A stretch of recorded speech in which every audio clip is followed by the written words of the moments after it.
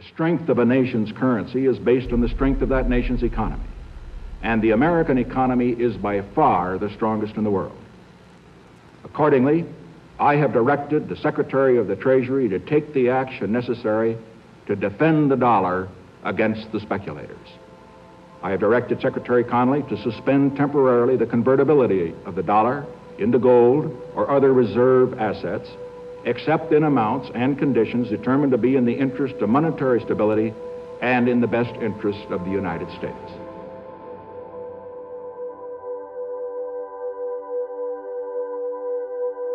August 15th, 1971 will stand as an important event in economic history for many, many generations. In fact, hundreds of years from now, people will look back to that day.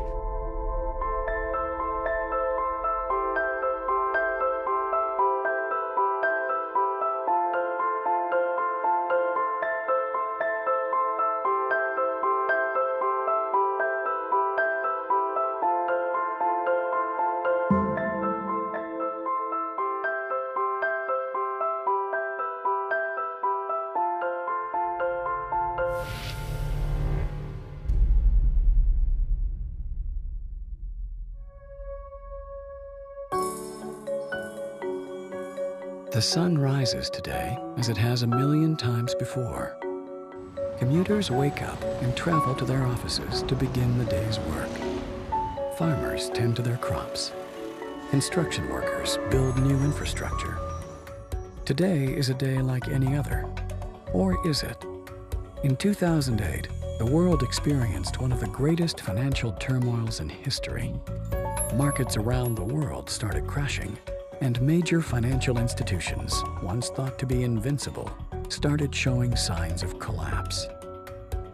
Governments responded quickly, issuing massive bailouts and stimulus packages in an effort to keep the world economy afloat. And it worked. The global economy recovered much quicker than most predicted, and soon it was back to business as usual. And yet, something still isn't quite right. A growing sense of unease fills the population. In the world of finance, indeed, in all facets of modern life, cracks have started to appear. There's angst out there, and I think if you talk to people on the street today, they would tell you, I don't know what's causing all this, but this just doesn't feel normal to me. The government's running $1 trillion worth of deficit. Why isn't the economy improving? The government's going to spend almost $3.7 trillion. Why don't I have a job? Why is the unemployment rate at 9%? And I even think that number's understated. A lot of people are feeling unsure about the world today, concerned that something terrible is waiting in the wings. We're told that the global financial crisis of a few years ago has been fixed. But what if the crisis isn't the cause of the angst so many of us feel, but rather the symptom of a much deeper problem?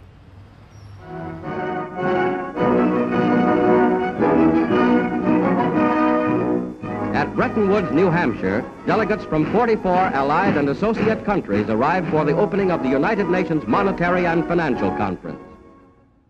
Our story begins in 1944. With World War II coming to an end, the Allied nations met at Bretton Woods, New Hampshire, to create a new financial system which would stabilize the world once the war ended. With America poised to enter a golden age of prosperity, the U.S. dollar was chosen as the world's reserve currency. The Bretton Woods system was created after the Second World War at the Bretton Woods Conference in New Hampshire. And rather than using gold as the means of exchange between countries, as was the case under the old gold standard, the dollar was going to be used. The dollar was chosen because back then it was as good as gold. Under this new system, countries agreed to fix their currencies to the U.S. dollar, and the U.S. dollar would be tied to gold at a price of $35 per ounce. This meant that countries around the world could trade their currencies for U.S. dollars, which they could then exchange for gold. This created a system where all currencies were essentially backed by gold. To avoid the logistics of shipping physical gold across the world, when countries did exchange their currencies for gold, it was usually stored safely in the U.S. Under the Bretton Woods system, you could exchange your currency or your dollars for gold. Now, it only applied to foreign countries and central banks. And we began to run budget deficits. We were running the Great Society program under Lyndon Johnson, and we were fighting a war in Vietnam. And all of a sudden, we were running these deficits, and countries were changing their dollars, and they said they wanted gold. And it began with the French, and then it started to spread. With all the new spending programs in the United States, other countries became concerned that the U.S. was spending more money than it had gold reserves. They started exchanging their dollars for gold and demanded physical delivery, as they felt that there were more dollars being printed than the gold that backed it. To prevent this outflow of gold from American vaults, President Nixon called for an emergency suspension of the gold convertibility system. I have directed the Secretary of the Treasury to take the action necessary to defend the dollar against the speculators. I have directed Secretary Connally to suspend temporarily the convertibility of the dollar into gold or other reserve assets. All of the problems that we see today in the monetary system are a direct result of the decision made in August 15th, 1971, to abandon a fixed link back to gold. What gold did is it provided discipline on governments, provided discipline on government spending.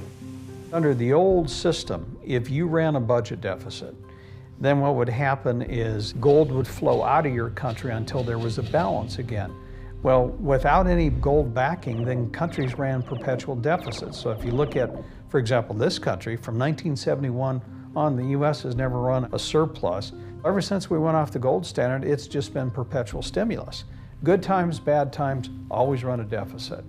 What led Nixon to abandon the gold standard in 1971, and although he claimed it was temporary, we've been waiting 40 years, we're still off of it. We ran up huge deficits during the 1960s. We had the guns and butter economy where the government was both simultaneously fighting a war in Vietnam abroad.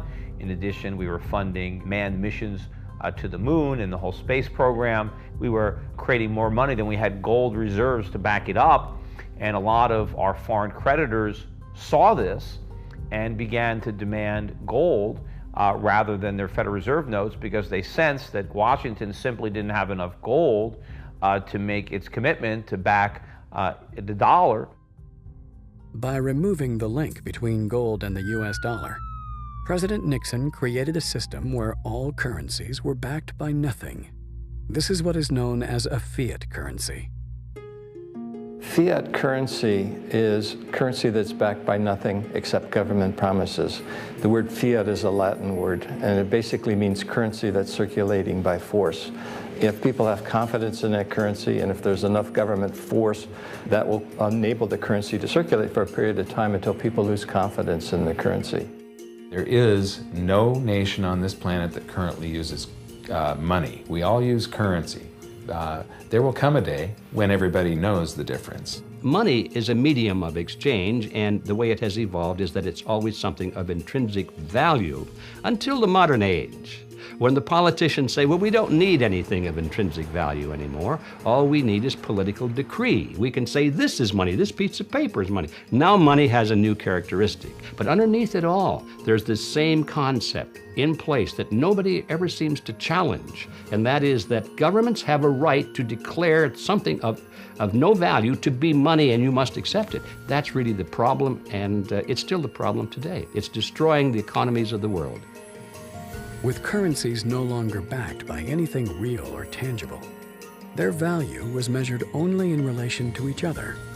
And because countries with relatively weak currencies can make products cheaply, countries devalue their own currencies to make them desirable trading partners. Every paper currency measures itself against the dollar.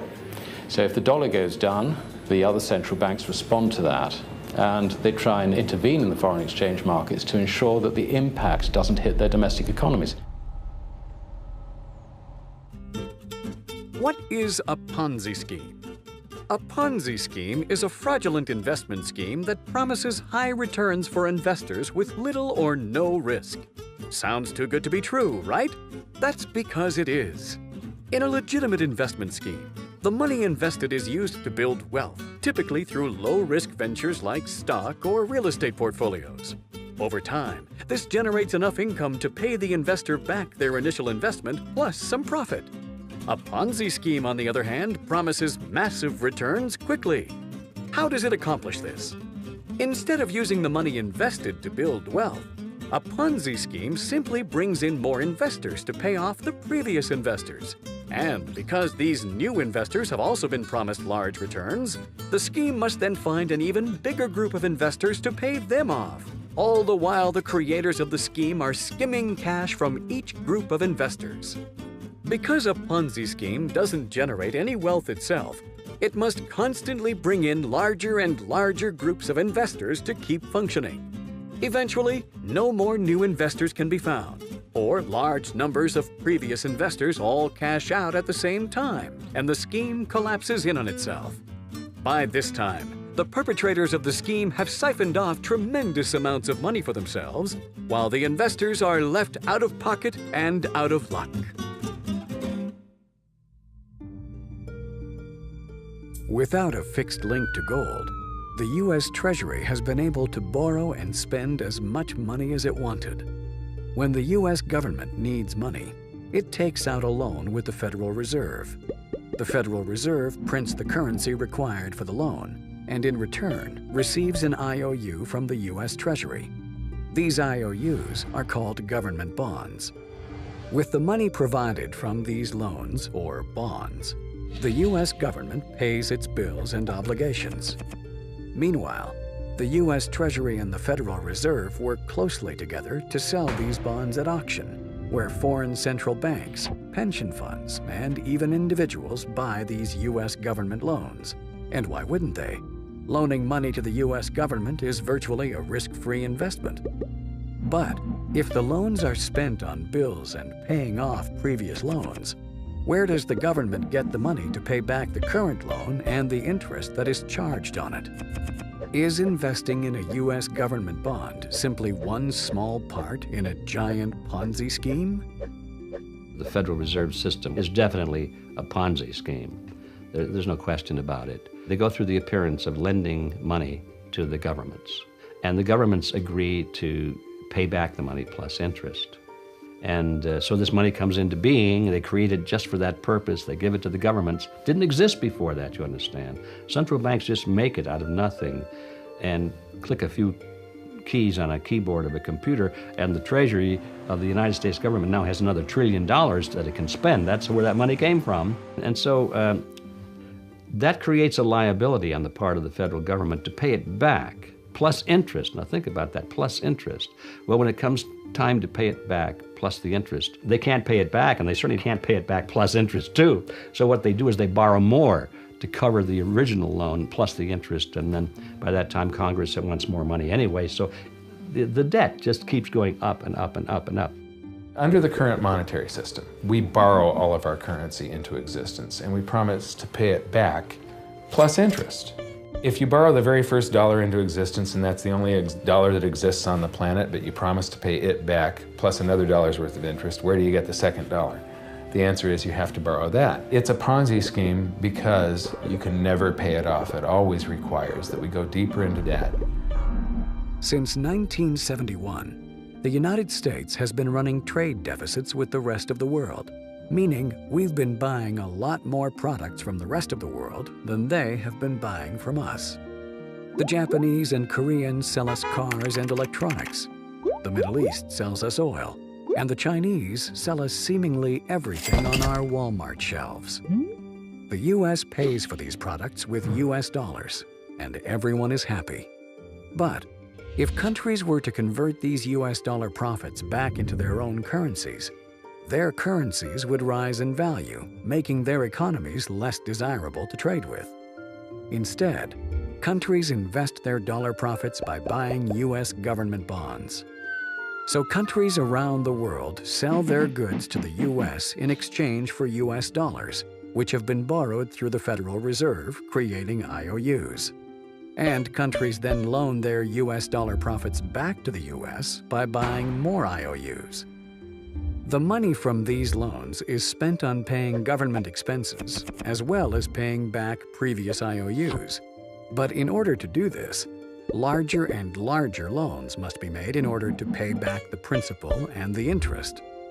By paying back old loans with new and larger loans, it would appear as if the entire world has been investing their hard-earned money into a Ponzi scheme of epic proportions.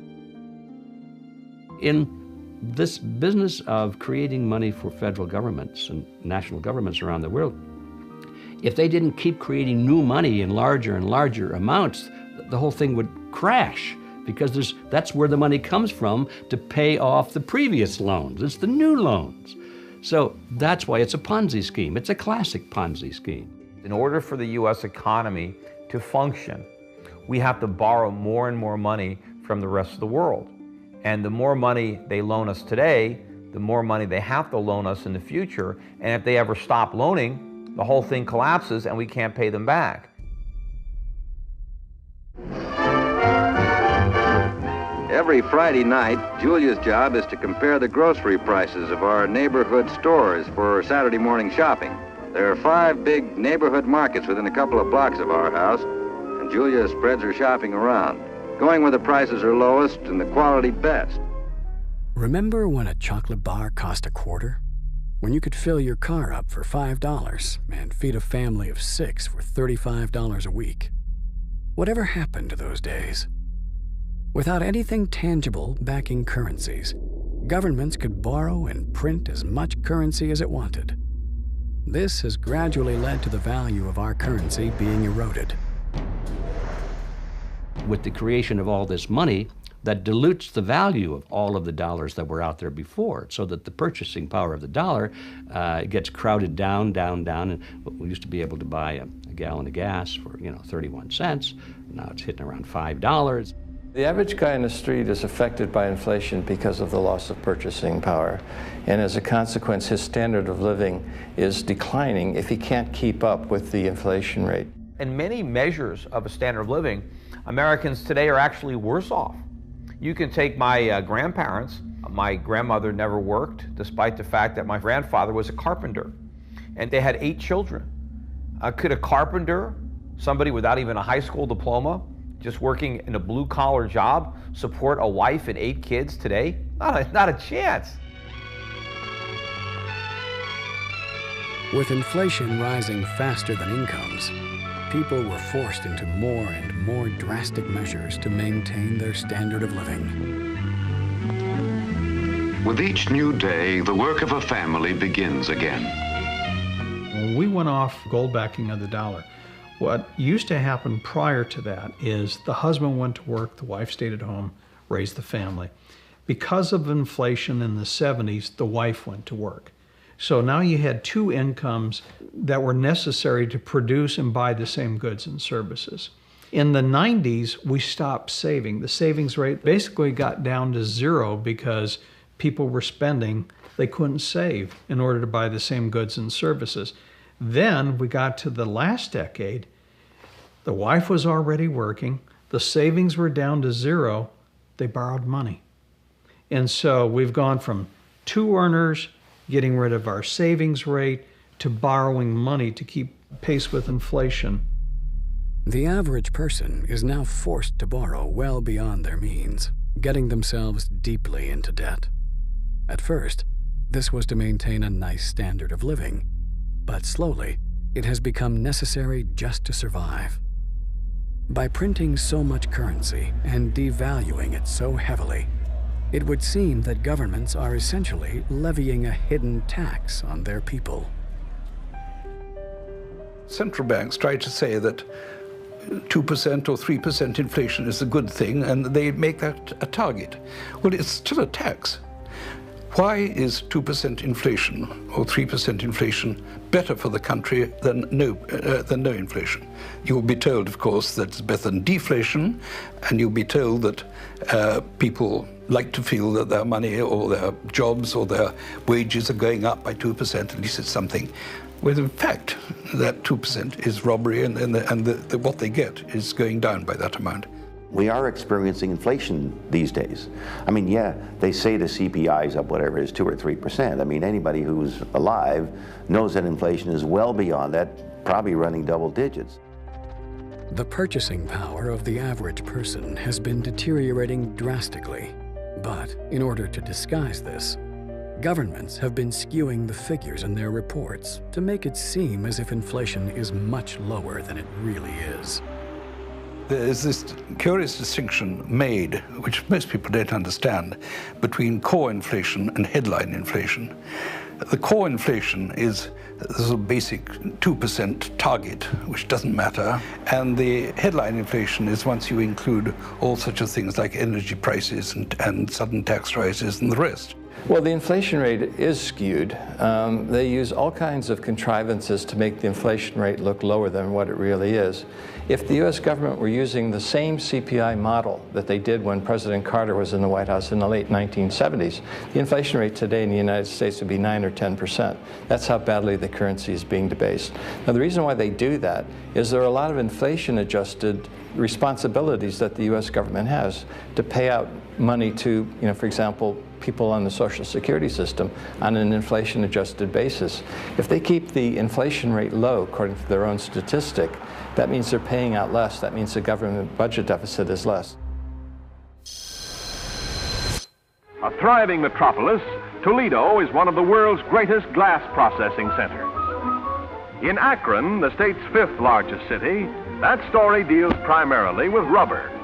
Akron is the rubber manufacturing capital of the nation and the world. Her very name is synonymous with rubber. In a global economy where currencies are measured only against each other, countries are able to artificially lower the value of their own currency, making their industries more competitive. A country with a weak currency can make products cheaper, causing entire industrial centers to move overseas. This effect has been seen countless times in cities around the world, some of which still haven't recovered from the loss of their industrial base. I think the guy on the street he's kind of frustrated. They go, gosh, I went to college, I don't have a job, I can't get a job, I spent all this money, I've got student loans, it's costing me more to live. The Fed is telling me there's no inflation, yet I go to the store and I see the price of milk going up, eggs, meat. I pull into a gas station, it's costing me more for gas. They don't really understand how all this affects them on a personal level. And that's why I think they're frustrated, because there isn't an educational system that explains that, look, when you print money, when you have nothing backing it, and when you debase it, you have all the side effects that you see. Higher inflation costs, corruption, cronyism, all the things that have been in headlines that we've seen over the last 4 or 5 years. The protest movements are an interesting phenomenon. A lot of people are terribly upset with Wall Street. They're upset what's happening to their purchasing power. They're upset with the news that they hear of the fact that the executives of these giant banks are getting $1 million bonuses at the same time they're dipping into the pockets of the taxpayers to get all this bailout money. And so they're angry. Unfortunately, people are demonstrating against the crisis, the economic crisis, and yet at the same time they're demanding more welfare, they're demanding more medical benefits, they're demanding more state control and regulation of their lives, they're demanding more money being created and pumped into the society. They don't realize that those are the very things that have brought them onto the street in the first place in their anger. While the person on the street is struggling to get by, we're told that what we're experiencing is a typical recession. Why then does this current crisis feel different to previous economic recessions? This is far from typical. I think this is the end game. I think what we're experiencing now are the pains of the 40-year experiment in fiat currency coming to an end, and it is an absolute failure, not only for America, but for the entire world. Up until 2008, we've been borrowing more and more money to maintain our standard of living. Are we now at the point where we're maxed out and cannot take on any more new debt? What we're seeing today is deleveraging. at all levels of society. I mean, consumers are maxed out. Each succession that we had in the economy, when we went through this boom and bust period, we'd go through a bust, they would reinflate again, the economy would start up again, but we kept piling on levels of debt. And finally, we reached the point where you just can't pile any more debt. Banks are no longer willing to give out credit so freely, and many people are more concerned with paying off existing debt as opposed to taking on new debt. While this is prudent, sensible behavior, it's also a serious threat to the global economy.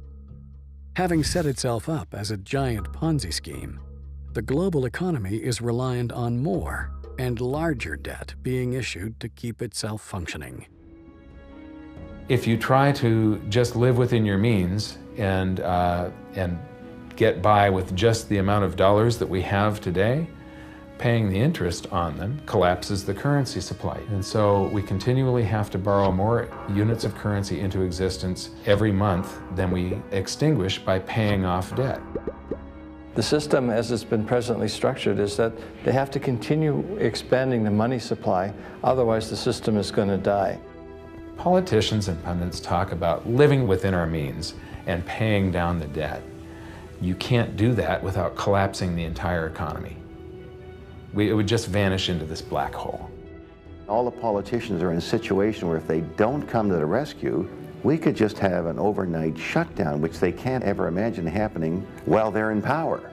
So there's always this wish to move it on and, kick, as you know, the expression, kick the can down the road, which is really what we're doing. But the problem is we've run out of road. You know, there is no place to kick the can anymore. We've got to deal with the can, and it's not simply a can, because every time we kicked it down the road, unfortunately, it got bigger. So now it's an enormous can, and you know, it's going to crush us.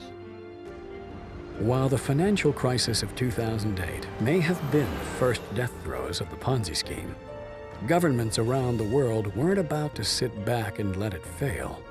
So they delayed the inevitable collapse, pushing it down the road by bailing out struggling financial institutions, buying toxic mortgages, and taking on debt on behalf of its citizens. In 2009 and 2010, what happened was the crisis was papered over through bailouts, guarantees, money printing, expansion of the money supply, et cetera. And governments can do that. I mean, don't underestimate the ability of governments to dictate results in the short run. But in the long run, none of the problems were solved. The bad debts are still there. The banks are still insolvent. The banks are not lending. The economy's not growing. So we haven't really solved anything. By buying their way out of these crises, by creating money out of nothing and flooding it into the economy and diluting the purchasing power, they're not really solving the problem. What they're doing is pushing it off a little bit into the future and making it worse. Now, do we keep going down this road? Do we print more money? I mean, the Fed balance sheet went from $800 billion to $3 trillion. Should it now go to $6 trillion? We had an $800 billion stimulus. Should we now have a $2 trillion stimulus? I mean, in theory, you could. But this is where people could lose faith entirely in the currency, and the currency could collapse. The Federal Reserve's money printing exercises may help prop up the economy in the short term. But what are the consequences of money printing on such a large scale? I think you're going to see a very rapid decline in the value of the dollar in a matter of days, whether it's 20%, 30%, 40%. A lot of people have been buying the dollar as a safe haven. You know, when they find out that there's no safety there, in fact, they need a safe haven from the dollar. I mean, right now the dollar is benefiting from the fear trade. Well, what if the fear trade is afraid of the dollar? Aside from causing an enormous amount of inflation, the Federal Reserve's reckless money printing exercises also run the very real risk of creating a worldwide loss of confidence in the US dollar. I think a currency crisis is highly likely, but it'll be very difficult to know exactly what will cause it and when. I think it'll be something unforeseen. It could be a natural disaster, it could be a political shock, it could be just a general loss of confidence. It could be something as simple as a treasury auction that goes bad. There's no buyers, and all of a sudden the interest rate starts to go up. Then the financial players, the big hedge funds, start to react to it, dumping dollars. Then all of a sudden you have foreign central banks that begin dumping dollars get me out. And when that happens, just like that. At some point, just like all Ponzi schemes, the participants wake up to the con, they don't want to participate anymore, and the whole thing implodes. Now, when private factors, when people who are voluntarily participating, foreigners, foreign central banks, when they stop buying, the one difference is the Federal Reserve can come and supply the demand for the people who are waking up to the Ponzi nature of what we're doing. But of course, when the Fed becomes the only buyer, that's the end game, or be the beginning of the hyperinflation. Hyperinflation is a rapid increase in the inflation rate, so much so that people lose faith in the currency, and you see what is in effect a flight from the currency. Defeated Germany has a runaway inflation. In Germany, the mark becomes so worthless, it is used to paper walls or to light stoves. What happens is the government spends so much money forcing it to borrow. It gets to the stage where it's borrowing more money than the market is willing to lend to it. The central bank then steps in and turns that government debt into currency. The great question is, and I don't know the answer, is at what level of inflation, 5%, 10%, 15%, 20%, do you start to panic? All I know is when that level comes, everybody panics together. Consequence of a hyperinflation is the price of goods and services rises very, very rapidly, and that feeds upon itself, causing people to get rid of the currency even more quickly. So you then have a situation where people go out and they buy things just to get the hell out of paper money. And paradoxically, that then starts driving and accelerating demand for paper money, because they want more paper money to go and buy things. So you have this situation where the value of paper money starts collapsing in advance of its issue. In everyday life, you'll be scrambling from day to day to get tangible things. If you're thinking of buying 1 can of tuna, you're going to buy 2, because you know that tomorrow or even later on that day or the next hour, that can of tuna is going to be costing you more. That you're going to be scrambling to get anything that's tangible. This period is going to involve a lot of economic pain. A lot of people who are currently retired in America are going to have to get jobs. Their retirement is gone. It's been bankrupted because they put their faith in a Bernie Madoff type national Ponzi scheme. And of course, a lot of the property is going to decay if people are spending money on these necessities. They don't have money to make the repairs necessary to maintain their properties. If the landlords can't collect rents from their tenants, how are they going to maintain the properties? How are they going to pay the taxes? So I think the whole economy is going to crumble beneath the weight of this runaway inflation. And of course, the initial reaction by the Fed will be to create even more inflation, to try to stimulate the economy by printing even more money, which of course is the source of the problem. On the surface, it would appear that this is a problem facing the United States alone. But with so many countries holding their savings in U.S. government bonds, a loss of confidence in the U.S. dollar could trigger a global crisis which would affect every nation on Earth. If the US dollar hyperinflates, the implications are really profound, because you can go to a country like Zimbabwe and see the impact of a hyperinflation. But what happens when the world's reserve currency hyperinflates? We've never been in this situation before. It's impossible to predict, what the outcome is going to be. But logic suggests that if the US dollar hyperinflates, most if not all of the currencies of the world will also have severe economic problems, because at the end of the day, the reserves of all of these currencies are basically dollars.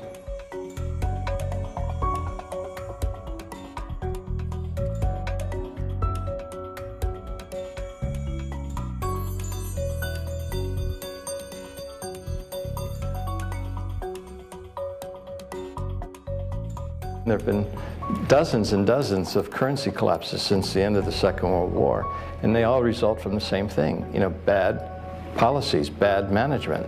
And the U.S. right now is pursuing bad policies. Central bank is doing a bad job managing the currency. And as a consequence, it's inevitable that the dollar is going to collapse. It's on this road that I call the fiat currency graveyard.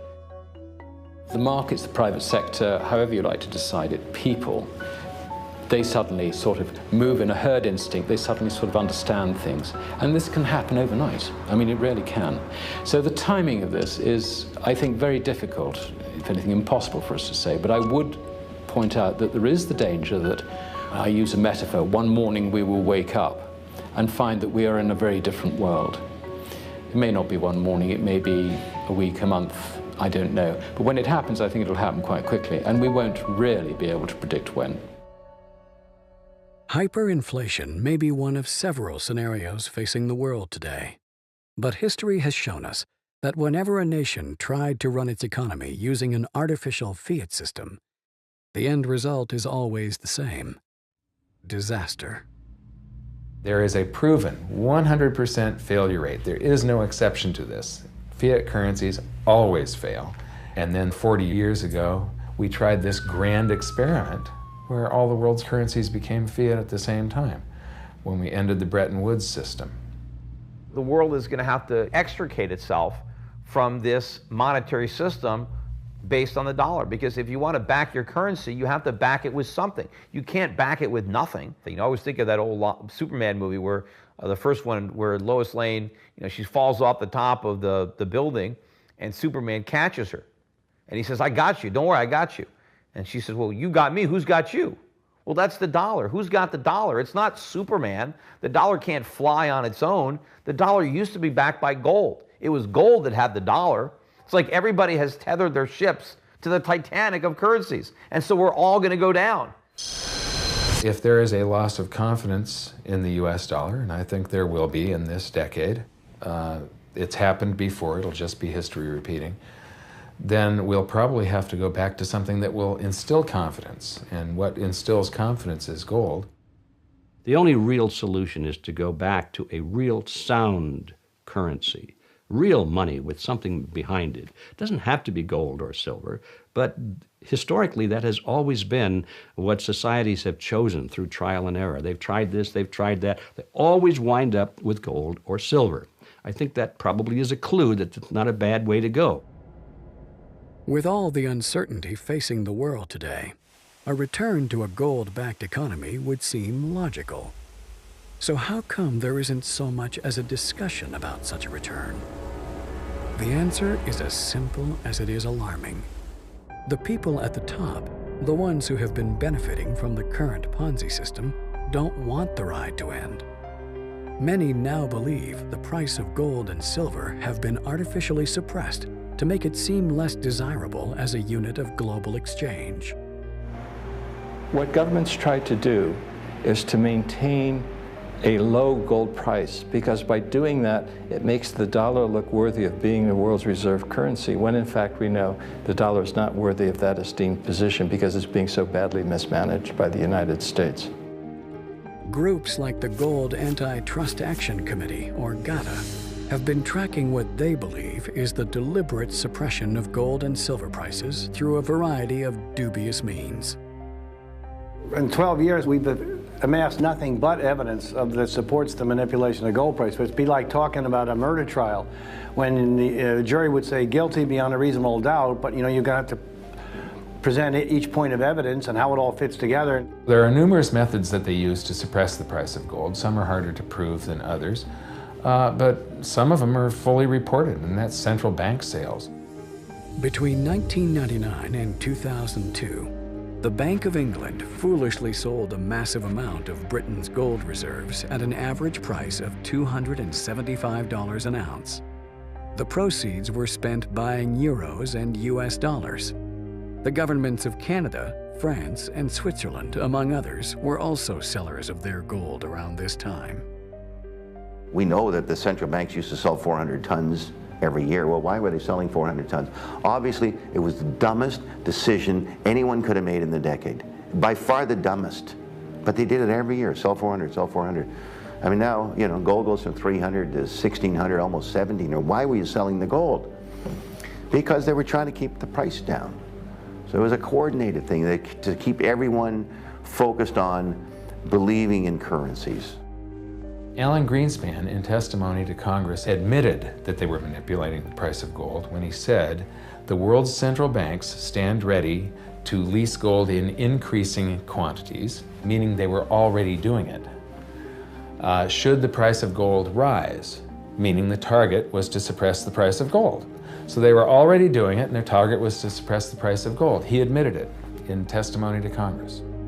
Although central banks are able to sell off their country's gold holdings legally, they may have also been suppressing the price of gold using some other rather questionable means. Some investigators believe that Western central banks have been loaning their country's gold to bullion banks. A bullion bank is an institution that sells gold with the intention of buying it back sometime in the future at a cheaper price. With the proceeds of this sale, these banks have been known to buy U.S. government bonds. While this isn't a problem in itself, central banks report the gold they have and the gold they've loaned to these bullion banks as one item. So while a central bank may claim it has a certain amount of gold in reserves, much of that gold may be on loan to a bullion bank, which may have sold the gold in exchange for government bonds. One means of intervention in the gold market is the lending of gold to so-called bullion banks, and they sell it in the market. This suppresses the price as if the central banks would sell it directly, but this lending does not appear in the book of the central banks. The U.S. Treasury a few years ago changed the way they account for gold, and they're accounting for some of their receivables and their inventory as one line item. So they're accounting for what they actually have and what people owe them as the same thing. And that is basically illegal accounting. It's fraudulent. But why work so hard to keep the price of gold and silver low? Why do healthy gold and silver prices threaten to collapse the Ponzi scheme? There's this competitive relationship between gold and national currencies because gold is the only competitor to a national currency. You know, gold is money, and these national currencies are money substitutes that circulate in place of gold. Fiat money gives the power to government. Real money keeps the power with the people. Because when you have real money, government is limited. It can only spend what it taxes. And the public will resist taxation. But if the government can simply print and borrow, there's a lot less resistance. And so it's a lot easier for the government to grow when it can promise something for nothing. And so that's what they do. And so gold is what protects the people from the reckless policies of government. Gold is government chaperone. The government wants to be able to do whatever it wants. Gold stands in its way. So yes, gold is an enemy of big government, but it's a friend of freedom. It's a protector of individuals from government. Gold's a competitor to the dollar. When it's going way up, it's a threat for inflation. It's a barometer of the well-being of the United States. Look at gold screaming now and the world's falling apart. So it calls attention to how bad things are. So the U.S. government has an interest, Wall Street, the politicians, to keep the price suppressed. Wall Street doesn't want you going down to a coin dealer buying gold and silver coins. They want to sell you paper. The government wants to sell you paper. So I would say it's the government and Wall Street. Gold in the hands of people is the way you control government. Governments cannot create money out of thin air. If it's gold, they can only create paper out of thin air. And if they can create paper out of thin air, they can use that paper to wage wars, or they can use that paper as a political contrivance to enrich their friends. And as a consequence, governments have been fighting gold all century long. Despite this desire to keep gold and silver down, the recent instability in the markets has seen the demand for gold and silver skyrocket. This, in turn, has exposed a deeper problem within the central banks. The problem the central banks in the West now face is that they have sold an awful lot of gold to try and suppress the price of gold. They are now embarrassed by the fact that central banks, not in that original cartel, are now really very keen buyers of gold. And we're talking about the Chinese, we're talking about the Russians, we're talking about the Indians, we're talking about even Mexico.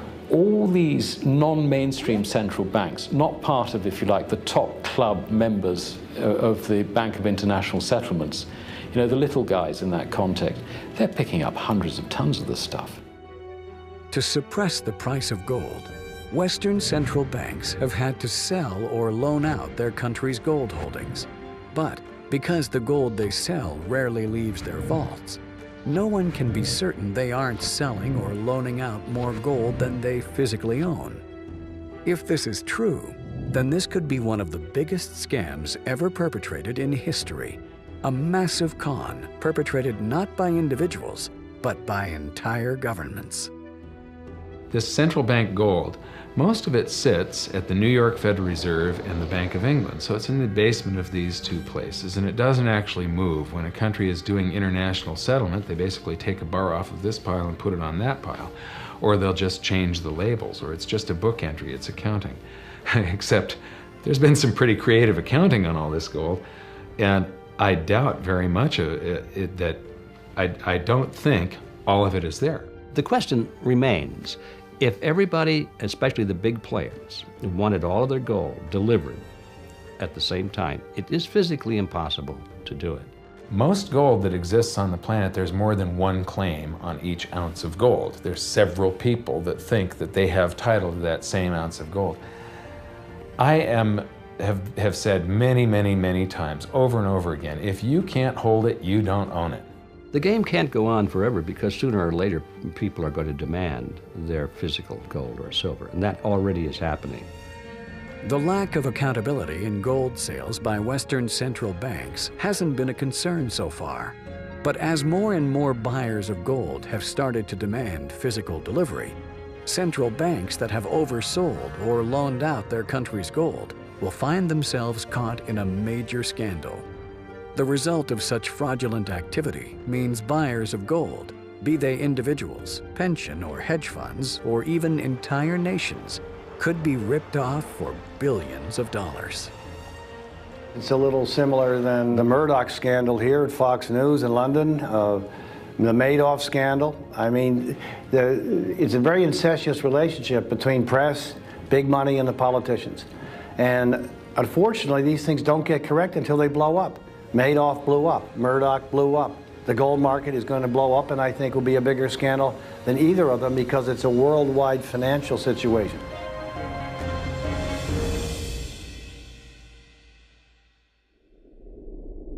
The only trick that the politicians in power today know, and the central bankers, the only trick they know is to create more money out of nothing, to inflate the currency. They have no other trick.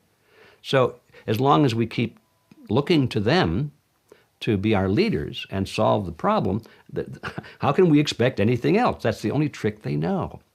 Because the only other trick there is to stop inflating and to go back to a sound currency. And that would say, they say, oh no, we can't do that. And the reason they can't do that is because it would put them all out of business. They wouldn't be able to continue the Ponzi scheme. Even with cracks forming in the current financial system, the only solutions offered by governments are in fact just more steps down the road to disaster. But while a single person may not be able to save the world, there is still something you can do to protect your family and yourself. You cannot turn to a Ponzi schemer and ask him to run a real business because he doesn't know how. So you can't turn to all of these Ponzi schemers in government who are inflating the currency and say, well, let's solve the crisis in some other way, because they don't know how. So the solution is to quit depending on the same people with the same mentality to solve our problems. If governments won't go back on a gold standard, individuals can go back on the gold standard all by themselves. Politicians can create fiat money at will. That's why it's fiat. So why would you want to put your faith in that? Put your trust in politicians and bureaucrats and central bankers when you could just have something real that has intrinsic value, that is scarce, and that is going to remain scarce. Would you rather have gold or a fiat currency? And we see what's happening in the world, and obviously people are starting to figure out that gold was likely to sustain its value way more than a piece of paper is. It's not that the price of gold is going up, it's that the value of the dollar is going down. The price remains constant in terms of human effort and purchasing power. An ounce of gold today will buy the same thing it bought 2,000 years ago. An ounce of gold today is approximately takes so much human effort to get out and refine the same human effort that it took to do certain things 2,000 years ago. It's the human effort equation that maintains stability. How much effort does it take? Gold is financial insurance. And the thing about it is you own it because you want to be protected. And you just have to have it if you want to have or sleep at night, because there's nothing else. If some catastrophic event happens, and we've seen them, how are you going to be protected? The current financial system may be dying, but where there is chaos, there is also opportunity. As the old model falls apart, the door may be opened for great prosperity. It's clearly not the end of the world. I mean, it's probably not even the end of America. For many countries, this is going to be the beginning of an economic boom, a giant burden being lifting off their shoulders, where the world no longer has to loan trillions of dollars to Americans so that we can continue to consume what we don't produce. When this comes to an end, the world will benefit. So it is not something that we should fear. We should embrace it as a world. This is the greatest wealth transfer in history. If we have a global currency crisis, then you're going to see a greater wealth transfer than has ever happened in all of history. It's all going to happen at once. Therefore, it's the greatest opportunity. We have millions of people now taking an interest in what is money, the question of what is money, what should it be? And they're learning, especially a lot of young people.